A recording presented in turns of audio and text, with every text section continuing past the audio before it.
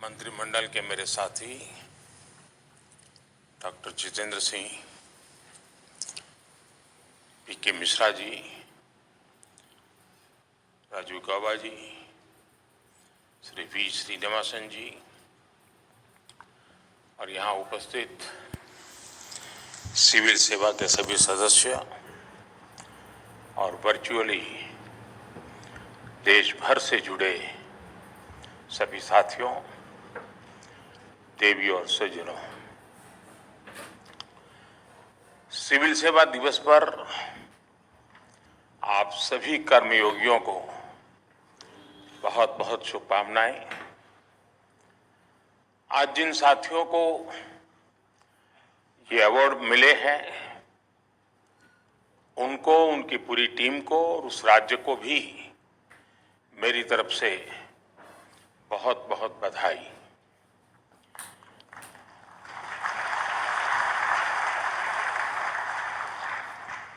लेकिन मेरी आदत थोड़ी ठीक नहीं है, इसलिए मुफ्त में बधाई देता नहीं हूं मैं। कुछ चीजों के इसके साथ हम जोड़ सकते हैं क्या? ये मेरे मन में ऐसे ही आए हुए विचार हैं, लेकिन आप उसको अपने एडमिनिस्ट्रेटिव सिस्टम के तराजू पे तोलना, ऐसे ही मत कर देना। जैसे हम एक कर सकते हैं कि जहां भी हमारे सिविल सर्विस से जुड़े जितनी भी ट्रेनिंग इंस्टीट्यूट्स हैं, चाहे विदेश मंत्रालय की हो, पुलिस विभाग की हो, या मसूरी हो, या रेवेन्यू हो, कोई जहां भी है आपके, क्योंकि काफी बिखरा हुआ सारा ये कारोबार चल रहा है, हर सप्ताह 1-1.5 घंटा वर्चुअली ये जो अवार्ड विनर है वे अपने ही राज्य से इस पूरी कल्पना क्या थी, कैसे शुरू किया, कौन सी कठिनाई आई, पूरा प्रेजेंटेशन दे वर्चुअली। इन सबको, ट्रेनीज को, क्वेश्चन आंसर्स हो, और हर सप्ताह ऐसे 2 अवार्ड विनर्स के साथ अगर विशेष चर्चा हो, तो मैं समझता हूं कि जो नई पीढ़ी आ रही है उनको एक प्रैक्टिकल अनुभव, बातें, चीजों का लाभ मिलेगा। और इसके कारण जिन लोगों ने इस काम को अचीव किया है, उनको भी इस काम के प्रति जुड़े रहने का एक आनंद आएगा। धीरे धीरे उसमें इनोवेशन होते रहेंगे, एडिशन होता रहेगा। दूसरा एक काम, ये जो आज 16 साथियों को यहां अवार्ड मिला है, हम सभी देश के 700 से भी अधिक जो जिले हैं,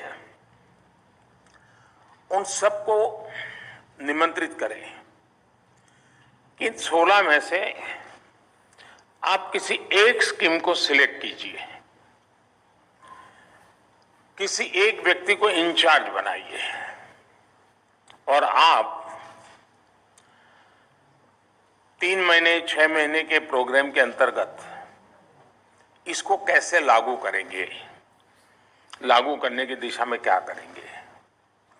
और मान लीजिए पूरे देश में से 20 डिस्ट्रिक्ट ऐसे निकले जिन्होंने एक स्कीम को सिलेक्ट किया है, तो कभी उन 20 डिस्ट्रिक्ट का वर्चुअल समिट करके जिस व्यक्ति का जिस टीम का ये काम है, उनके साथ उनकी बातचीत हो, और राज्य में से कौन टॉप बनता है इस पर इंप्लीमेंटेशन में, इसी को इंस्टीट्यूशनलाइज करते हुए उस जिले का इसको स्वभाव में परिवर्तित करने के लिए क्या कर सकते हैं। और पूरे देश में से 1 स्कीम 1 डिस्ट्रिक्ट हम कंपटीशन को ऊपर के ला सकते हैं क्या? और जब 1 साल के बाद मिले तो उसका भी जिक्र करें, उसको अवार्ड देने की जरूरत नहीं अभी, लेकिन जिक्र हो कि भाई ये स्कीम जो 2022 में जिनको सम्मान किया गया था, वो चीज यहां तक पहुंच गई। अगर मैं समझता हूं कि हम लोग इसको इंस्टीट्यूशनलाइज करने के लिए इंस्टीट्यूशनलाइज करें, क्योंकि मैंने देखा है कि सरकार का स्वभाव जब तक वो किसी कागज के चौखट में चीज नहीं आती है वो चीज आगे बढ़ नहीं पाती है। इसलिए किसी चीज को इंस्टीट्यूशनलाइज करना है तो उसके लिए एक इंस्टीट्यूशन बनानी पड़ती है। तो जरूरत पड़े तो ये भी एक व्यवस्था खड़ी कर दी जाए तो हो सकता है कि अदरवाइज क्या होगा कि भाई चलिए, कुछ तो ऐसे लोग होते हैं कि जो मन में तय करते हैं कि मुझे ये अचीव करना है, तो 365 दिन दिमाग उसी में खपाते हैं, सभी को उसी में जोड़ देते हैं और एक आध अचीव कर लेते हैं और अवार्ड भी प्राप्त कर लेते हैं। लेकिन बाकी चीजों को देखें तो कहीं पीछे रह जाते हैं। तो ऐसी कमियां भी महसूस ना हो, एक स्वस्थ स्पर्धा का वातावरण बने, उस दिशा में अगर हम कुछ सोचे तो शायद जो हम चाहते हैं कि एक बदलाव आए, वो बदलाव शायद हम ला सकते हैं। साथियों, आप जैसे साथियों से इस प्रकार से संवाद मुझे लगता है शायद 20-22 साल से मैं लगातार इस काम को कर रहा हूं। और पहले मुख्यमंत्री के रूप में करता था, एक छोटे दायरे में करता था। प्रधानमंत्री बनने के बाद थोड़ा बड़े दायरे में हुआ और बड़े बड़े लोगों के साथ हुआ। और उसके कारण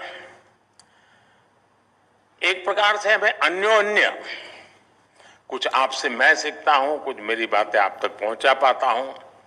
तो एक प्रकार से संवादना एक अच्छा सा हमारा ये माध्यम बना है, परंपरा बनी है। और मुझे खुशी है कि मुझे बीच में कोरोना के कालखंड में थोड़ा कठिनाई रही, अदरवाइज मेरा प्रयास रहा है कि मैं आप सबसे मिलता रहूं, आपसे बहुत कुछ जानता रहूं, समझने का प्रयास करूं और अगर संभव हो तो उसको अगर मेरे व्यक्तिगत जीवन में उतारना है तो उसको उतारूं और कहीं व्यवस्था में लाना है तो व्यवस्था में लाने का प्रयास करूं। लेकिन यही एक प्रक्रिया है जो हमें आगे बढ़ाती है। हर किसी से सीखने का अवसर होता ही होता है। हर किसी के पास किसी न किसी को कुछ देने का सामर्थ्य होता ही है। और अगर हम उस भाव को विकसित करते हैं तो स्वाभाविक रूप से उसको स्वीकार करने का मन भी बन जाता है। साथियों, इस बार का आयोजन वो रूटीन प्रक्रिया नहीं है। मैं इसे कोई विशेष समझता हूं। विशेष इसलिए समझता हूं कि आजादी के अमृत महोत्सव में जब देश आजादी के 75 साल मना रहा है, तब हम इस समारोह के कर रहे हैं। क्या हम एक काम कर सकते हैं क्या? और मैं मानता हूं कि इसको हमने, क्योंकि कुछ चीजें होती हैं जो सहज रूप से नया उमंग उत्साह भर देती है। मान लीजिए आप जिस डिस्ट्रिक्ट में काम करते हैं और पिछले 75 साल में उस डिस्ट्रिक्ट के मुखिया के रूप में जिन्होंने काम किया है, उसमें से कुछ जीवित होंगे, कुछ नहीं होंगे। इस आजादी के अमृत महोत्सव के निमित्त एक बार उस डिस्ट्रिक्ट में उन सबको बुलाइए। उनको भी अच्छा लगेगा, 30-40 साल के बाद वो उस जगह पे वापस गए हैं। आपको भी अच्छा लगेगा, उनके पुराने पुराने लोगों को याद करेंगे। यानी एक प्रकार से उस जिला इकाई में किसी ने 30 साल पहले काम किया होगा, किसी ने 40 साल पहले काम किया होगा। जो बाहर से वहां आएगा वो भी एक नई ऊर्जा लेके जाएगा और जो वहां है उसको भी अच्छा, ये देश के कैबिनेट सेक्रेटरी वो कभी यहां थे, उसके लिए बड़े आनंद की बात हो जाएगी। और मुझे पक्का विश्वास है कि हमने इस दिशा में जरूर प्रयास करना चाहिए। मुझे विचार इसलिए आया, शायद मैं नाम तो भूल गया, गोडबोले जी या Deshmukh, I forgot the name, हमारे कैबिनेट सेक्रेटरी रहे थे। तो एक बार, और बाद में वो अपना जीवन रक्तपित्त के लोगों की सेवा में उन्होंने रिटायर्ड होने के बाद खपा दिया। गुजरात में उन्होंने कहा वो रक्तपित्त से संबंधित कार्यक्रम के लिए आए थे, मुझे मिलना हुआ। तो तब तो संयुक्त मुंबई राज्य था, महाराष्ट्र और गुजरात अलग नहीं था। तो उन्होंने मुझे बताया, मैं बनासकांठा में डिस्ट्रिक्ट कलेक्टर था और बाद में बोले महाराष्ट्र अलग बना, तो मैं महाराष्ट्र कैडर चला गया और फिर मैं भारत सरकार में चला गया। लेकिन इतना सा सुनना मेरे लिए, मुझे उनके साथ एकदम से जोड़ दिया। तो मैंने उनको पूछा कुछ समय बनासकांठा में कैसे होता था, आप कैसे काम करते थे। यानी चीजें छोटी होती हैं लेकिन उसका सामर्थ्य बहुत बड़ा होता है। और एक मोनोटोनस जिंदगी में बदलाव लाने के लिए व्यवस्थाओं में जान भरना बहुत जरूरी होता है। व्यवस्थाएं जीवंत होनी चाहिए, व्यवस्थाएं डायनेमिक होनी चाहिए। और जब पुराने लोगों से मिलते हैं तो उनके जमाने में व्यवस्था किस कारण से विकसित हुई थी, उसकी बैकग्राउंड इंफॉर्मेशन हमें उस परंपरा को चलाना, नहीं चलाना, बदल लाना, नहीं लाना, बहुत चीजें सिखा करके जाते हैं। मैं चाहूंगा कि आजादी के इस अमृत काल में आप अपने डिस्ट्रिक्ट में, जो पहले डिस्ट्रिक्ट कलेक्टर के रूप में काम करके गए हैं, एक बार अगर हो सके उनका मिलने का कार्यक्रम बनाइए। आपके उस पूरी डिस्ट्रिक्ट के लिए वो एक अनुभव नया आएगा। उसी प्रकार से राज्यों में जो चीफ सेक्रेटरी के नाते काम करके गए हैं, एक बार राज्य के मुख्यमंत्री उन सबको बुला ले, देश के प्रधानमंत्री जितने भी कैबिनेट सेक्रेटरी रहे हैं कभी उनको बुला ले। हो सकता है कि क्योंकि आजादी का अमृत काल 75 साल की इस यात्रा में भारत को आगे बढ़ाने में सरदार पटेल का ये जो तोहफा है हमें सिविल सर्विस का, इसके जो ध्वजवाहक लोग रहे हैं, जो आज जिसमें से जितने भी जीवित हैं, उन्होंने कुछ न कुछ तो योगदान दिया ही है इस देश को आज तक पहुंचाने में। उन सबका स्मरण करना, उनका मान सम्मान करना, ये भी आजादी के अमृतकाल में इस पूरी सिविल सर्विस को ऑनर करने वाला विषय बन जाएगा। मैं चाहूंगा इस 75 साल की यात्रा उनको हम समर्पित करें, उनका गौरवगान करें और एक नई चेतना लेकर के हम आगे बढ़ें और इस दिशा में हम प्रयत्न कर सकते हैं। साथियों, ये हमारा जो अमृत काल है, ये अमृत काल सिर्फ बीते 7 दशक का जय जयकार करने का ही है, ऐसा नहीं है। मैं समझता हूं हम 70 से 75 गए होंगे, रूटीन में गए होंगे, 60 से 70 गए होंगे, 70 से 75 गए होंगे, रूटीन में गए होंगे। लेकिन 75 से 2047 इंडिया एट 100 ये रूटीन नहीं हो सकता है। ये आज का अमृत महोत्सव हमारा वो एक वाटरशेड होना चाहिए जिसमें अब 25 साल को एक इकाई के रूप में ही हमने देखना चाहिए, टुकड़ों में नहीं देखना चाहिए। और हमने इंडिया एट 100 अभी से उसका विजन देख करके, और विजन देश में क्या वो नहीं, डिस्ट्रिक्ट में मेरा डिस्ट्रिक्ट 25 साल में कहां पहुंचेगा, मैं इस डिस्ट्रिक्ट को 25 साल के बाद कैसा देखता हूं, और मैं कागज में लिखित रूप से हो सके तो आपके डिस्ट्रिक्ट के दफ्तर में लगाइए, हमें यहां तक पहुंचना है। आप देखिए एक नई प्रेरणा, नया उत्साह, नया उमंग उसके साथ जुड़ जाएगा। और मल्टीपिलर एक्टिविटी के साथ हमने डिस्ट्रिक्ट को पूरा, और अब केंद्र हमारा, भारत कहां पहुंचेगा, राज्य कहां पहुंचेगा, हमने 75 साल इन सारे लक्ष्यों को लेकर के चले हैं। इंडिया एट 100 डिस्ट्रिक्ट हम 25 साल में कहां ले जाएंगे, हिंदुस्तान में मेरा डिस्ट्रिक्ट नंबर 1 बना करके रहूंगा। कोई भी क्षेत्र ऐसा नहीं होगा कि मेरा डिस्ट्रिक्ट पीछे हो, कितनी ही प्राकृतिक मुश्किलों वाला जिला होगा तो भी मैं करके रहूंगा। ये इंस्पिरेशन, ये सपना, ये संकल्प और उसके लिए सिद्धि प्राप्त करने के लिए निरंतर पुरुषार्थ और परिश्रम, इसकी संभावनाओं को लेकर हम चले तो ये सिविल सर्विस डे हमारे लिए एक नई प्रेरणा का कारण बन जाएगा। साथियों, हर भारतवासी आज आपको जिस आशा आकांक्षा से देख रहा है उसे पूरा करने में आपके प्रयासों में कोई कमी ना हो, उसके लिए आज आपको भी सरदार वल्लभ भाई पटेल ने हम सबको जो प्रेरणा दी, जो संदेश दिया और जिस संकल्प के लिए हमें प्रेरित किया, हमें उस संकल्प को फिर से एक बार दोहराना है, हमें फिर से खुद को उसके लिए वचनबद्ध करना है और यहीं से कदम को आगे बढ़ाते हुए निकलना है। हम एक लोकतांत्रिक व्यवस्था में हैं और हमारे सामने 3 लक्ष्य साफ साफ होने चाहिए और मैं मानता हूं कि उसमें कोई कॉम्प्रोमाइज नहीं होना चाहिए। और 3 ही होता नहीं है, बाकी और कुछ चीजें हो सकती है, लेकिन मैं सिर्फ 3 को आज समावित करना चाहता हूं।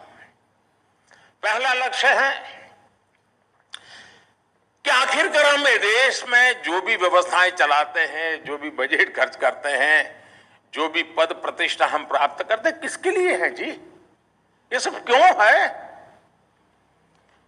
ये मेहनत किस बात के लिए है? ये तामझाम किस बात के लिए है?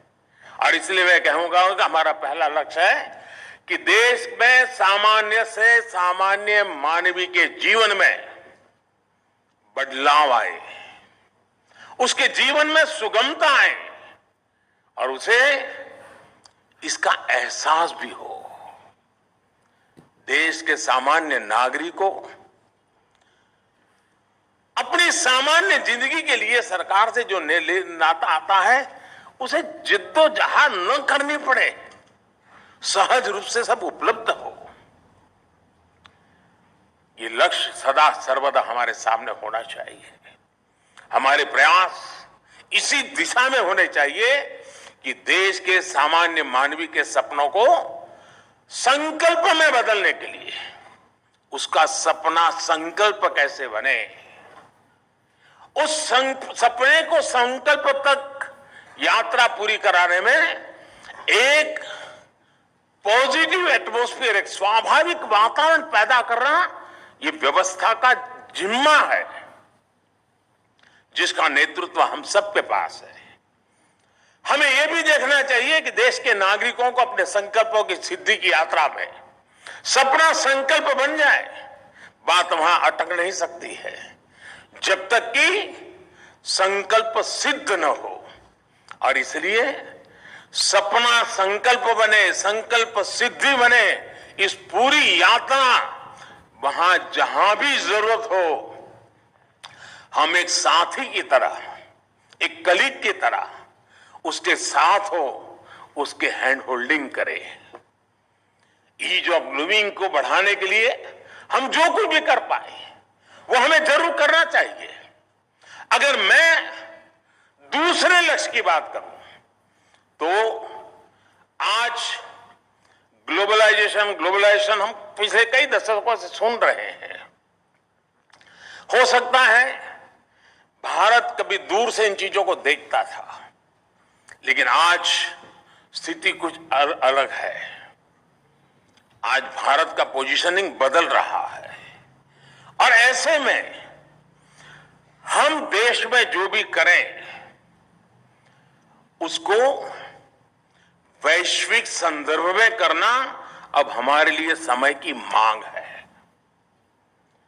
भारत दुनिया में शीर्ष पर कैसे पहुंचे, अगर दुनिया की गतिविधियों को नहीं समझेंगे, नहीं जानेंगे, तो हमें कहां जाना है और हमें शीर्ष स्थान पर जाना है तो हमारी राह कौन सी होगी, हमारे क्षेत्र कौन से होंगे, ये हमें आइडेंटिफाई करके और उसका तुलनात्मक अध्ययन करते हुए हमें आगे बढ़ना ही पड़ेगा।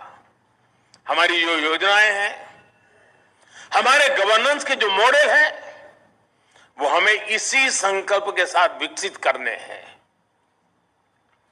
हमें कोशिश ये भी करनी है कि उनमें नवीनता आती रहे, उनमें आधुनिकता आती रहे।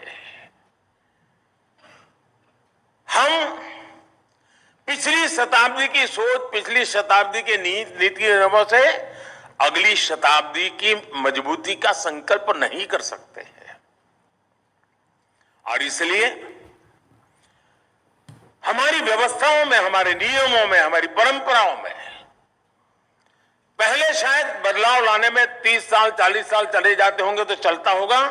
बदलते हुए विश्व और तेज गति से बदलते हुए विश्व में हम पलक पलक के हिसाब से चलना पड़ेगा, ऐसा मेरा मत है। अगर मैं आज तीसरे लक्ष्य की बात करूं, जो एक प्रकार से मैं दोहरा रहा हूं, क्योंकि इस बात को मैं लगातार कह रहा हूं, सिविल सर्विस का सबसे बड़ा काम ये कभी भी हमारे लक्ष्य से ओझल नहीं होना चाहिए। व्यवस्था में हम कहीं पर भी हो, पद पर हम कहीं पर हो, लेकिन हम जिस व्यवस्था से निकले हैं उस व्यवस्था में हमारी वो प्राइम रिस्पॉन्सिबिलिटी है, और वो है देश की एकता, देश की अखंडता। उसमें हम कोई कॉम्प्रोमाइज नहीं कर सकते। स्थानीय स्तर पर भी हम जब भी कोई निर्णय करें, वो निर्णय कितना ही लोक लुभावना हो, वाहवाही बटोरने वाला हो, कितना ही आकर्षक लगता हो, लेकिन एक बार उस तराजू से भी उसको तोड़ दीजिए कि मेरा ये छोटे से गांव में कर रहा हूं जो निर्णय है, कहीं वो मेरी देश की एकता अखंडितता के लिए रुकावट बनने वाला है तो मैं कोई बीच तो नहीं बोल रहा हूं। आज तो अच्छा लगता हो, प्रिय लगता हो, लेकिन श्रेयस्कर न हो। और महात्मा गांधी हमेशा श्रेय और प्रेय की बात लगातार करते थे। हम उस बात की ओर आग्रही बने। हम नकारात्मकता को छोड़ करके हम ये भी देखें, हमारा कोई भी फैसला देश की एकता को मजबूत करने वाले स्पिरिट से जुड़ा होना चाहिए। सिर्फ वो तोड़ता नहीं, इतना इनफ नहीं है, वो मजबूती देता है कि नहीं देता है। और विविधता भरे भारत के अंदर हमें लगातार एकता के मंत्र का सॉल्यूशन करते ही रहना पड़ेगा, और ये पीढ़ी दर पीढ़ी करते ही रहना पड़ेगा, और उसकी चिंता हमें निकालनी पड़ेगी। और इसलिए मैं पहले भी कह चुका हूं, आज फिर कहना चाहता हूं, भविष्य में भी कहता रहूंगा, हमारे हर काम में कसौटी एक होनी चाहिए, इंडिया फर्स्ट, नेशन फर्स्ट, मेरा राष्ट्र सर्वोपरि। हमें जहां पहुंचना है, लोकतंत्र में शासन व्यवस्थाएं भिन्न भिन्न राजनीतिक विचारों से प्रेरित हो सकती है, और वो भी लोकतंत्र में आवश्यक भी है, लेकिन प्रशासन की जो व्यवस्थाएं हैं उसके केंद्र में देश की एकता और अखंडता और निरंतर भारत की एकता को मजबूत करने के मंत्र को हमने आगे बढ़ाना चाहिए। साथियों, अब जैसे हम डिस्ट्रिक्ट लेवल पे काम करते हैं, राज्य लेवल पे काम करते हो, या भारत सरकार में काम करते, क्या मेरे डिस्ट्रिक्ट में डिजिटल इंडिया के लिए मैं कुछ टीम बन करके सोच रहा हूं क्या? आज मार्गदर्शन करने के लिए कुछ करना पड़े ऐसी जरूरत है ही नहीं। अब जैसे आज यहां 2 कॉफी टेबल बुक का लॉन्चिंग हुआ, लेकिन इस बात को न भूलें कि ये coffee table book hard copy नहीं है, ई कॉपी है। क्या मैं भी मेरे जिले में, मेरे राज्य में ये हार्ड कॉपी के चक्कर से बाहर निकलूंगा क्या? वरना मैं भी बड़े बड़े थप्पे बना दूंगा और बाद में कोई लेने वाला नहीं निकलता है। हम बनाएं। अगर आज हमें देखने को मिला है कि भाई यहां ई कॉफी टेबल बुक बनाए, तो मतलब हम भी आदत डालें कि हम भी जरूरत पड़ेगी, हम भी ई कॉफी टेबल बुक बनाएंगे। यानी ये चीजों को परकोलेट करने की हमारी जिम्मेवारी बनती है, उसको अलग से कहना ना पड़े। मेरा कहने का तात्पर्य यही है कि आज डिस्ट्रिक्ट को गाइड करने के लिए किसी व्यवस्था की जरूरत पड़े, ऐसी जरूरत नहीं है। सारी चीजें आज अवेलेबल है। डिस्ट्रिक्ट में किसी एक चीज में पूरा जिला अगर उठ करके खड़ा हो जाता है, अचीव कर लेता है, तो बाकी चीजों पर पॉजिटिव इंपैक्ट अपने आप आना शुरू कर जाता है। साथियों, भारत की महान संस्कृति की यह विशेषता है कि हमारा देश, और मैं बात बड़ी जिम्मेवारी के साथ कह रहा हूं, हमारा देश राज्य व्यवस्थाओं से नहीं बना है। हमारा देश राज सिंहासनों की बपोती नहीं रहा है, न ही राज सिंहासनों से यह देश बना है। यह देश सदियों से, हजारों वर्ष के लंबे कालखंड से उसकी जो परंपरा रही है, वो जन सामान्य के सामर्थ्य को लेकर के चलने की परंपरा रही है। आज जो भी हमने प्राप्त किया है वो जन भागीदारी की तपस्या का परिणाम है, जनशक्ति की तपस्या का परिणाम है, और तब जाकर के देश नई ऊंचाइयों को प्राप्त कर सकता है। पीढ़ी दर पीढ़ी के योगदान से समय की जो भी आवश्यकताएं थी उनको पूरा करते हुए, उन परिवर्तनों को स्वीकार करते हुए, जो काल बाह्य है उसको छोड़ते हुए, हम वो समाज है, हमें जीवन समाज है जिसने काल बाह्य परंपरा को खुद ने तोड़ फोड़ उठा करके फेंक दिया है।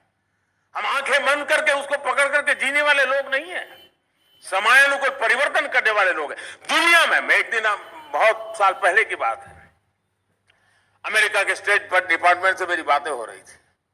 तब तो मैं राजनीति में, मेरी कोई पहचान भी नहीं थी, मैं कोने में एक छोटा सा कार्यकर्ता था, लेकिन किसी कारण से मेरा कुछ विषय संबंध रहता था, तो वहां मेरे से चर्चा चली। मैंने कहा, दुनिया के अंदर कोई भी समाज, आस्तिक हो नास्तिक हो, इस धर्म को मानता है उस धर्म को मानता हो, लेकिन मृत्यु के बाद की उसकी जो मान्यताएं हैं उसके विषय में वो ज्यादा बदलाव करने का साहस नहीं करता है। वो वैज्ञानिक है नहीं है, उपयुक्त है कि नहीं है, समय रहते उसको छोड़ना चाहिए नहीं चाहिए, उसमें वो साहस नहीं करता है। वो मृत्यु के बाद की जो सोच बनी हुई, परंपरा बनी, उससे जकड़ के रखता है। मैंने कहा, हिंदू एक ऐसा समाज है भारत का कि जो कभी मृत्यु के बाद गंगा के तट पर चंदन की लकड़ी में अगर जलता था शरीर, तो उसको लगता था कि मेरा अंतिम कार्य पुण्यता से हुआ। वही व्यक्ति घूमता घूमता घूमता इलेक्ट्रिक श्मशान गृह तक चला गया, उसको कोई संकोच नहीं आया। इस समाज की परिवर्तनशीलता की एक बहुत बड़ी ताकत का इससे बड़ा कोई सबूत नहीं हो सकता। विश्व का कितना ही आधुनिक समाज हो,